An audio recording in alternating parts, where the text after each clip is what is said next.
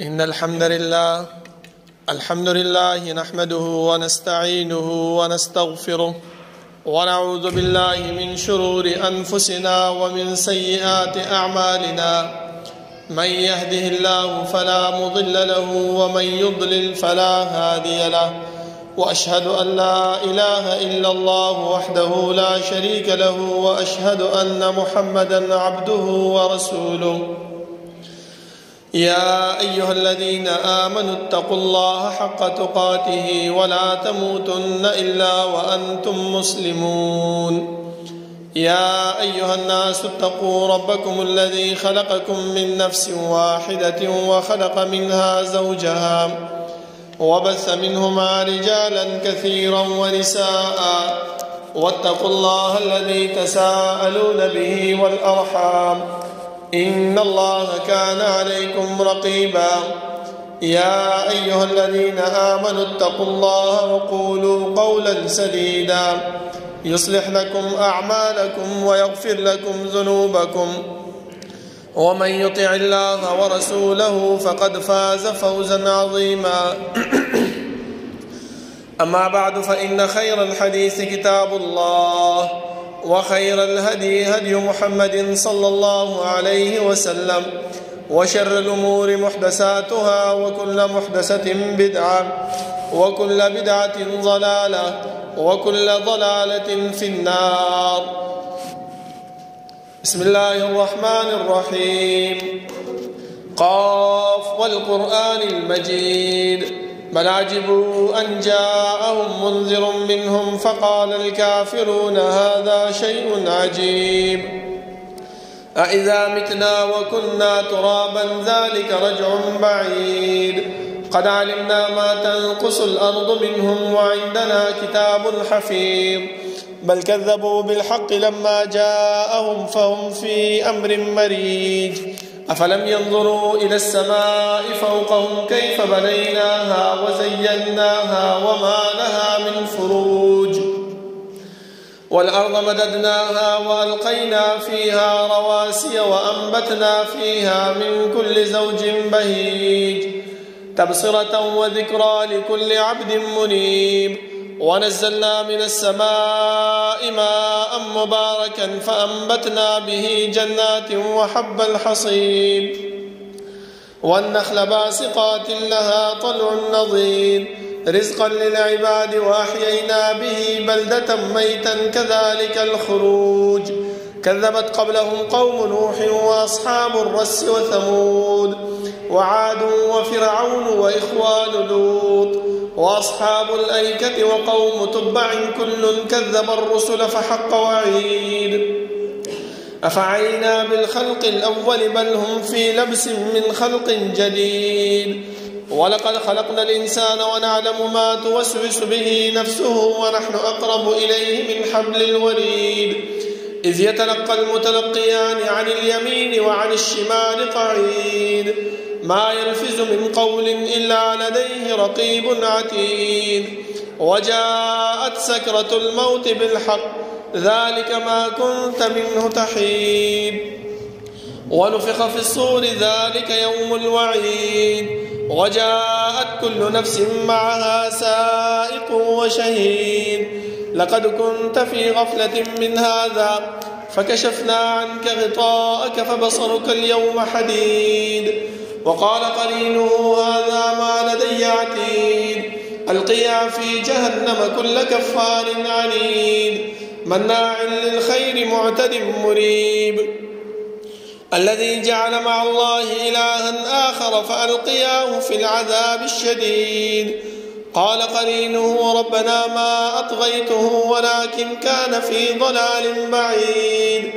قال لا تختصموا لدي وقد قدمت إليكم بالوعيد. ما يبدل القول لدي وما أنا بظلام للعبيد. يوم نقول لجهنم هل امتلأت وتقول هل من مزيد. وأزلفت الجنة للمتقين غير بعيد. هذا ما توعدون لكل أواب حفيظ. من خشي الرحمن بالغيب وجاء بقلب منيب ادخلوها بسلام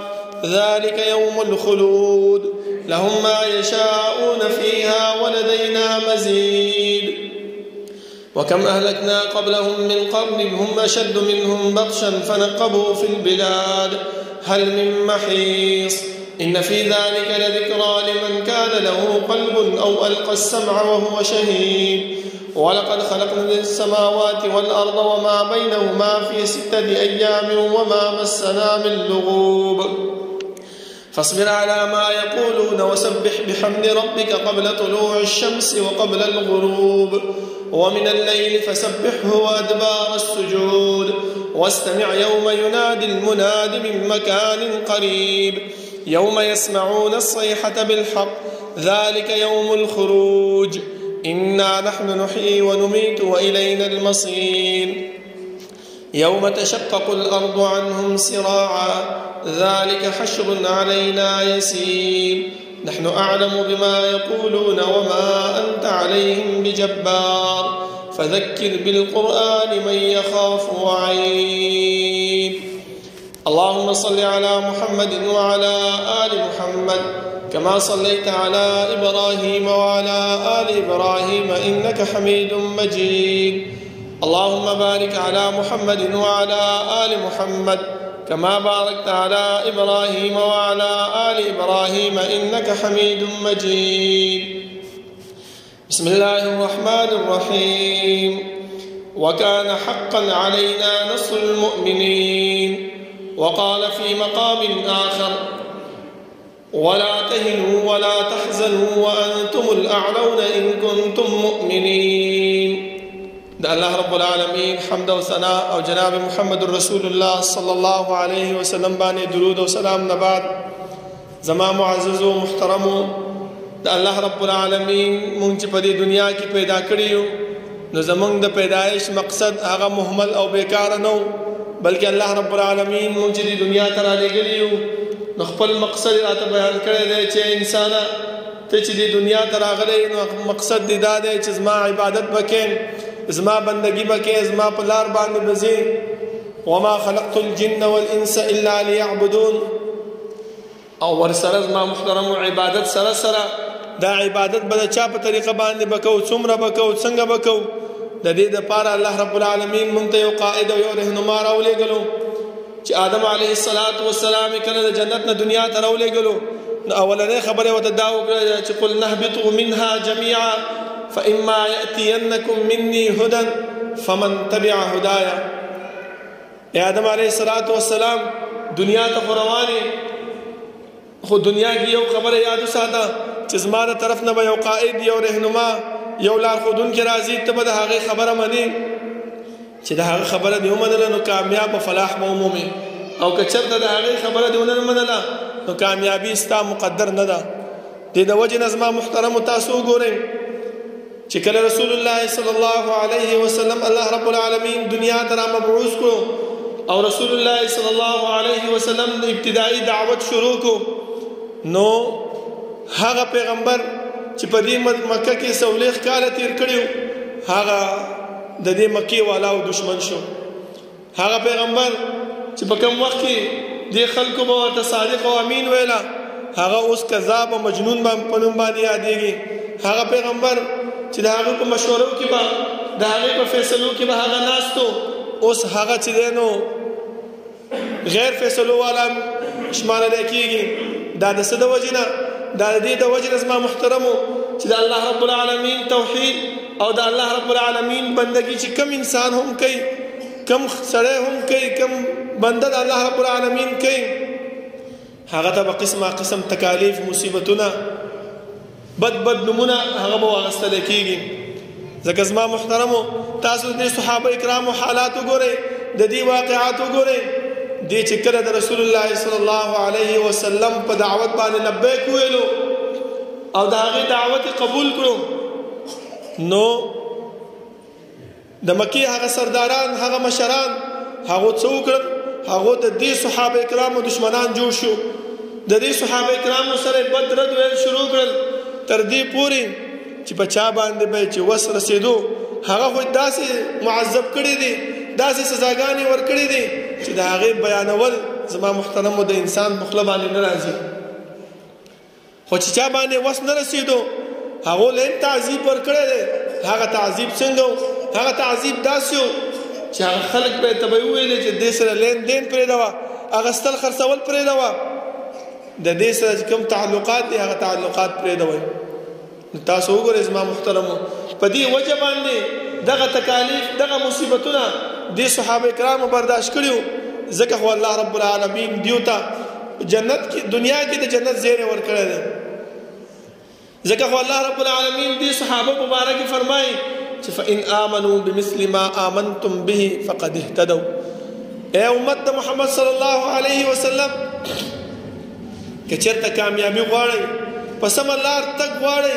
دا غواړئ چې زه کامیاب شم، زه په سمه لار باندې روان شم، نو د دې صحابه کرامو په لار باندې روان شئ، د دې تابعداري وکړئ. راځئ زما محترمو، د دې صحابه کرامو یو دوه درې واقعات بیانوم چې موږ ته هم پته ولګي چې دا دین اسلام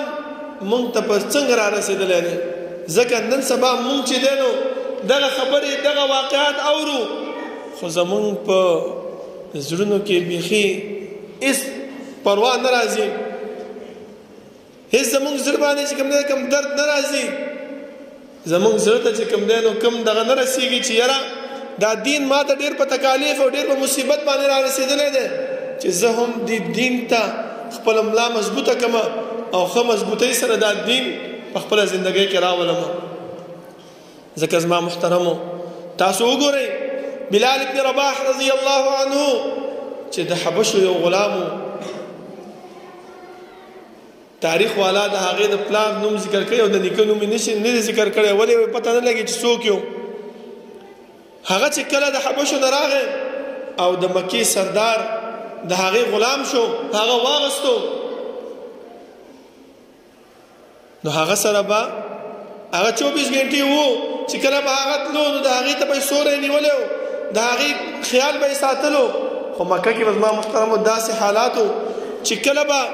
کم یو غلام ونیولی شو د هغې ته به یې ډېر حقیر نظر کولو، ډېر کمتر نظر باندې به یې کتلو.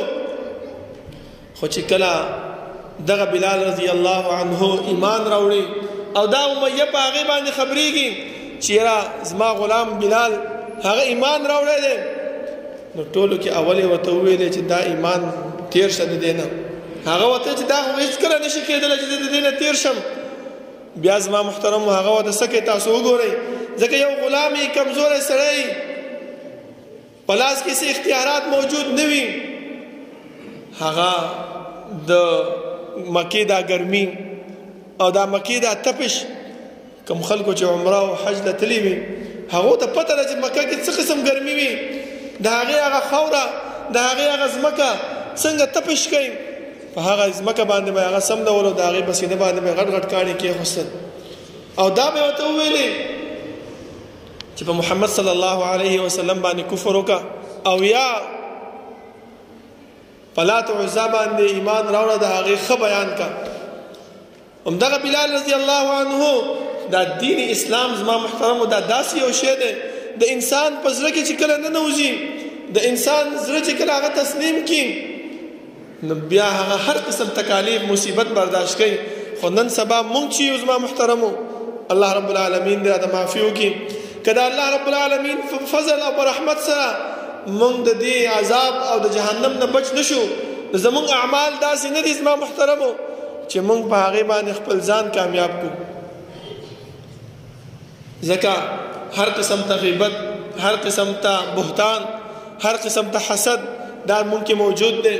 هر قسم ته تاویل ماویل په مونږ کې موجود دي. وړه وړه خبره باندې مونږ دین اسلام پر خستو ته تیار یو. دا ولې دا زمونږ زړونو کې هغه ایمان نه ننوتی او مین خبره زما محترمو هغه څه شی ده، هغه دا ده چې شیطان د الله رب العالمین سره چې کومه وعده کړې وه چې الله انظرني الى یوم یبعثون، ما له قیامت پورې مهلت راکړه، الله ورته وایي چې انک من المنظرین، ته د مهلت درکولو نه شوې. بیا ورته شیطان څه وایي؟ رب بما اغویتنی لازینن لهم فی الارض ولاغوینهم اجمعین. ای الله زه چې څنګه دې ورټنم او زه دې لعنتي کړم دغه ستا بندګان دا به هم زه چې کوم دی نو خپل طرف ته راکاږم او دیو به د سمې لارې نه اړوم. تاسو وګورئ زما محترمو، کومه خبرې ورته کړې وه دا یې ورته ویل چې لأزینن لهم فی الارض، دیو ته به دا بد عمل، دا د ګناه عمل، دا د ثواب په نیت باندې به ورته پیش کومه. ولأغوینهم اجمعین، او ټول به په ګمراه کومه. دا به نه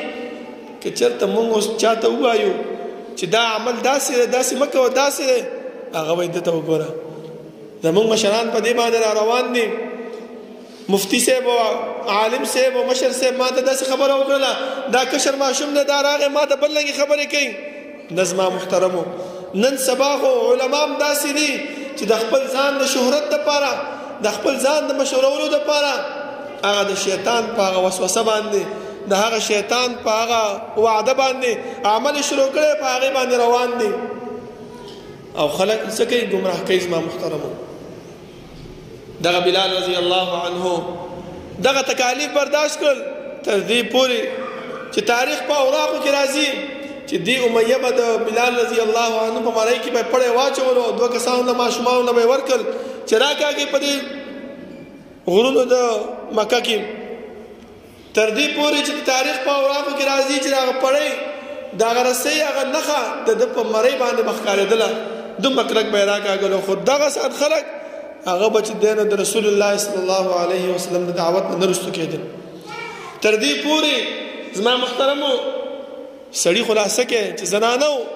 ام حبیبه رضی الله عنها چې د رسول الله صلی الله علیه وسلم بیبي وه، هغه چې کله حبشه کې د مسلمانانو هجرت وکړو حبشي طرف ته، هلته ایمان راوړو، نو هغه زوړ خاوند ورته وویلې چې یاره نصرانیت قبول کا، بس راځه زما طرف ته. هغه ورته وویل چې داسې نه کېدی شي، موږ دا ایمان څه په ټوقه باندې خو نه دی راوړی او نه په ګپ شپ باندې راوړی دی، دغه ایمان موږ په الله رب العالمین باندې او په رسول الله صلی الله علیه وسلم باندې د زړه نه راوړی دی او دا به موږ اخره پورې په دې باندې روان یو. هغه خاوند نه طلاق واغستو. الله رب العالمین چې کوم انسان د الله رب العالمین خیال ساتي، د الله رب العالمین لحاظ کوي، د الله رب العالمین په منګولي باندې مضبوطوالی اختیاروي، الله رب العالمین څه وکړل؟ غوره انسان په دې دنیا کې چې رسول الله صلی الله علیه وسلم دی هغه سره واده ونه وکړو او هغه د هغې خاوند شو. دا د پیغمبر او د الله رب العالمین هغه رحمت او فضل زما محترمو په دې صحابه باندې. ځکه خو الله فرمایي فإن آمنوا بمثل ما آمنتم به فقد اهتدوا. همدغه شان دی د عمر رضی الله عنه یو وینځه وه، هغه چې کله ایمان راوړو او عمر رضی الله عنه په هغه وخت کې ایمان نه و راوړی، نو وهله به یې تر دې پورې چې ورته به یې ویلې چې ته دا ګمان مه کوه چې ما په تا باندې رحم راغی او ته ما پرېښوستې، نه بلکې زه ستړی شم ستا په دې وهلو باندې. دې صحابو دومره تکلیف برداشت کړی زما محترمو. خباب رضی الله عنه هغه به چې دی نو مشرکینو سکروټې به یې واچولې، په هغې باندې به یې سملولو او د هغې سکروټو د زخم د وجې د ملا د زخم د وجې نه په هغې کې چې کومه وینه وه، کوم هغه پیپ به د هغې په وجه باندې دا سکروټې به بندې شوې. بیا چې کله الله رب العالمین په دې مؤمنانو فراخي راوسته او مدینې ته رالل، نو دې خباب رضی الله عنه دې مسلمانانو ته به ښودل چې دا زما ملا وګورئ، دې مشرکینو موږ له دغه شانتې عذابونه او تعذیب را کړی دی. خو زما محترمو الله رب العالمین څه فرمایي؟ الله رب العالمین فرمایي چې وکانه حقا علینا نصر المؤمنین، او په الله رب العالمین باندې دغه خبره ثابته ده چې په مؤمنانو سره به هر وخت امداد او نصرت به کوي. دا امداد ته زما محترمو، دغه نصرت ته زما محترمو چې الله موږ له دومره ښه مسلک را نصیب کړی دی، خو موږ د دې مسلک خیال ونه ساتو، په دې باندې روان نه شو. ټیک ده تکالیف او مصیبتونه او سختیانې به راځي، هغه به موږ برداشت کوو، هغې باندې به صبر کوو لکه دې صحابو چې صبر کړی دی. هله به موږ هدایت مومو زما محترمو، هله به موږ د زندګۍ په لار باندې پوهېږو، هله موږ چې کوم پیغمبر الله رب العالمین موږ ته رالیږلی دی په هغې باندې به په سمه لار روانېږو. نو الله رب العالمین چې مؤمنانو سره امداد کوي، نو په کوم وخت کې کوي؟ کامل ایمان چې د انسان په زړه کې موجود وي، الله رب العالمین په هغه وخت کې د دې مؤمنانو سره امداد کوي. الله فرمایي چې ولا تهنوا ولا تحزنوا وانتم الاعلون ان كنتم مؤمنين. سستیا مکوئ، خفقان مکوئ، رستو کېږئ مه. تاسو خو اوچت خلک یې که چېرې تاسو مؤمنان یې. که مؤمن یې او د الله رب العالمین باندې د ایمان دی، د الله د رسول صلی الله علیه وسلم په خبره د ایمان دی چې د کوم دین راوړی دی، کوم شریعت یې راوړی دی، د هغه شریعت او هغه دین زما د کامیابۍ ذریعه ده. نو الله فرمایي چې وانتم الاعلون، تاسو چې کوم دی نو اوچت خلک یې، تاسو عزتمند خلک یې، تاسو کامیاب خلک یې. دغه کامیابي زموږ مقدر ده زما محترم. خو چاته موږ د دې دین باندې لکه حدیث کې راځي رسول الله صلی الله علیه وسلم فرمایي چې داسې وخت به راشي چې فتنې به داسې عام شي چې سحر به انسان مسلمان یې، د شپې به کافر شي، د شپې به مسلمان یې، سحر کې به بیا څه کافر وي. ولی یبیع دینه بعرض من الدنیا، د دنیا په وجه باندې به خپل دین خرڅوي او 2 روپو دپاره. بیا به دا سوچ کوي چې مړه وروسته به ورسره ګورو چې کله مرګ رانږدې شي به توبه به وباسو، خیر دی، ورسره د پیسې میلاویږي، پیسه واخله، دین سره بیا ګورو. نو نه زما محترمو، وانتم الاعلون، دا عزت او دا احترام چې الله رب العالمین موږ مؤمنانو له راکړی دی، دا په دې باندې نه دی راکړی چې زه اوس خو چې کوم دی دا بعضې تاسو ګورئ دا بعضې ځوانان هغو ته میندې څه وایي مړه عیش و عشرت کوه. اوس خو د ځوانۍ ژوند دی چې کله بوډا شوې، کمزوری شوې، عمر دې زیات شو، بیا به جماعت او ذکر اذکار او تلاوت او دا شیونه به شروع کړي. نه زما محترمو، مونږ چې دی نو د الله رب العالمین سره نیټه نه دی اخی چې زما دا پلانې وخت د مرګ دی، دې پورې به زه ژوندی یم، دې نه بعد به زه مړ کېږم.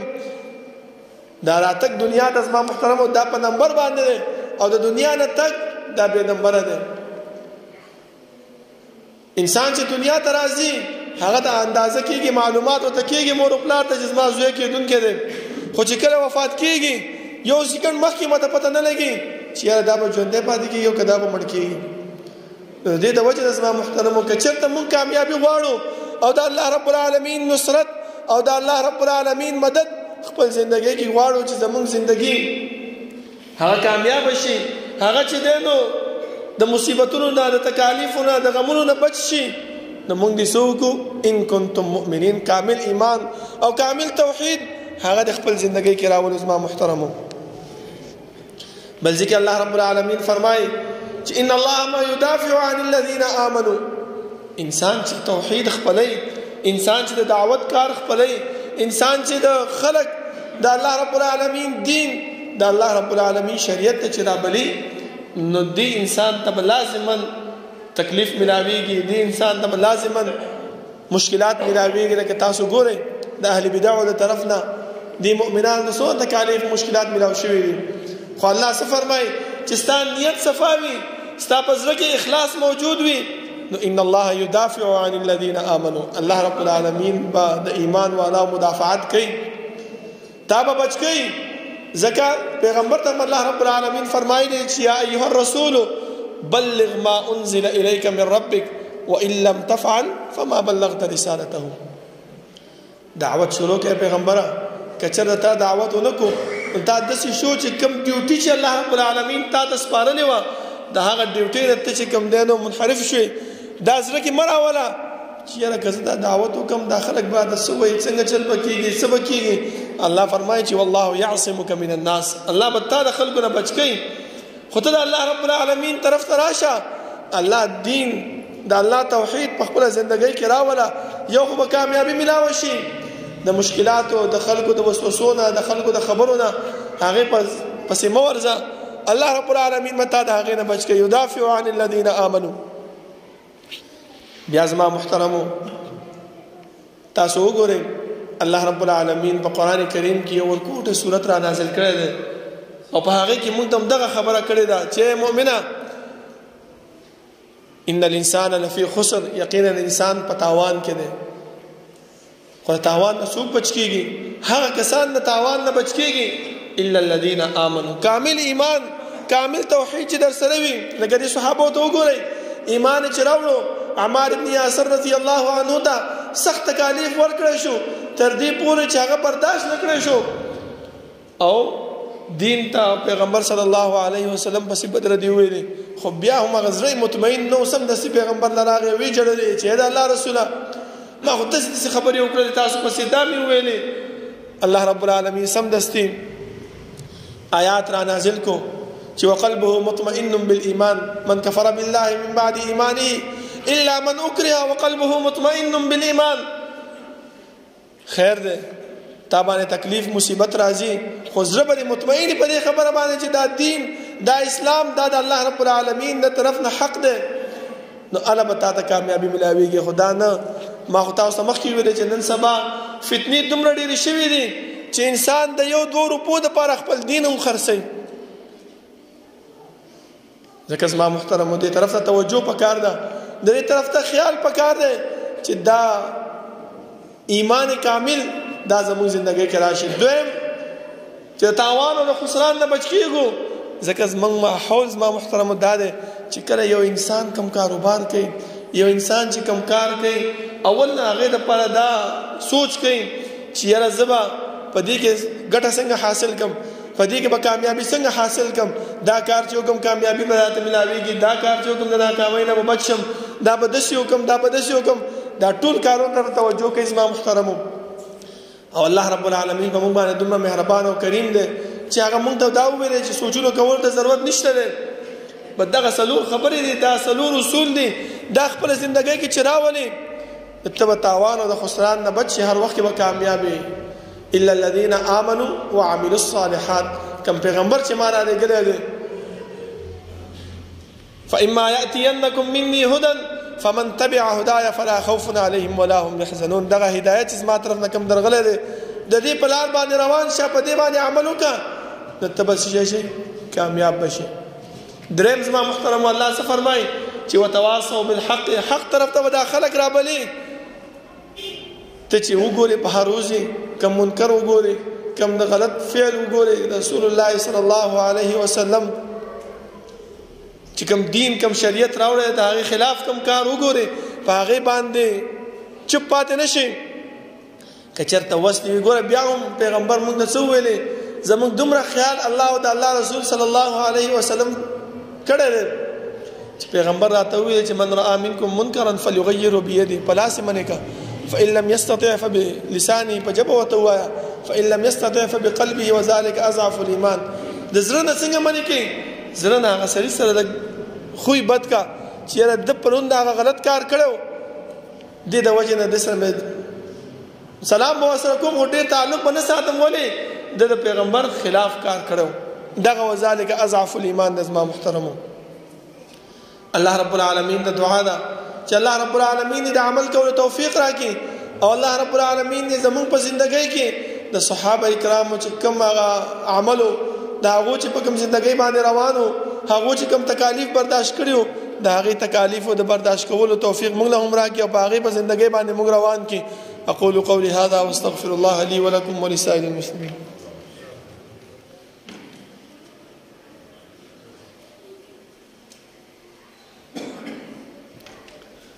إن الحمد لله نحمده ونستعينه ونستغفره ونعوذ بالله من شرور أنفسنا ومن سيئات أعمالنا من يهده الله فلا مضل له ومن يضلل فلا هادي له وأشهد أن لا إله إلا الله وحده لا شريك له وأشهد أن محمدا عبده ورسوله يا أيها الذين آمنوا اتقوا الله حق تقاته ولا تموتن إلا وأنتم مسلمون يا أيها الناس اتقوا ربكم الذي خلقكم من نفس واحدة وخلق منها زوجها وبث منهما رجالا كثيرا ونساء واتقوا الله الذي تساءلون به والأرحام إن الله كان عليكم رقيبا يا أيها الذين آمنوا اتقوا الله وقولوا قولا سديدا يصلح لكم أعمالكم ويغفر لكم ذنوبكم ومن يطع الله ورسوله فقد فاز فوزا عظيما أما بعد فإن خير الحديث كتاب الله وخير الهدي هدي محمد صلى الله عليه وسلم وشر الأمور محدثاتها وكل محدثة بدعة وكل بدعة ضلالة وكل ضلالة في النار أعوذ بالله من الشيطان الرجيم إلا الذين آمنوا وعملوا الصالحات وتواصوا بالحق وتواصوا بالصبر. زما محترمو، الله رب العالمین مونږ ته دریم قانون او دریم اصول د تاوان او د خسران نه بچ کېدو څخه ښودلی دی چې دغه دین طرف ته به خلک رابلې. ته چې راوبلې بیا به تا ته دغه خلک چې کوم دی نو تکالیف مصیبت به درکوي،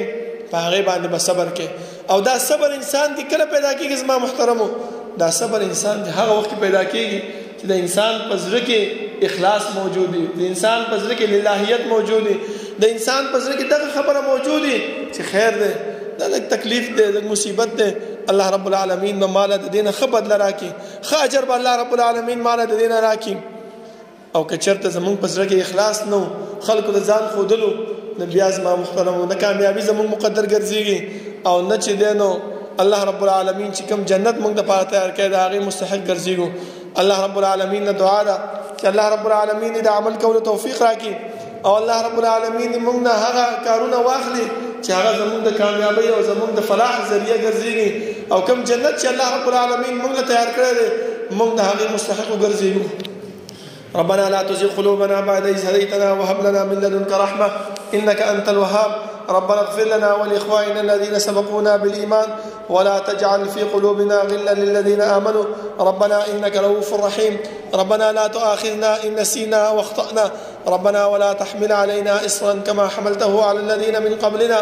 ربنا ولا تحملنا ما لا طاقة لنا به واعف عنا واغفر لنا وارحمنا أنت مولانا فانصرنا على القوم الكافرين. صفونا برابر كنيسة.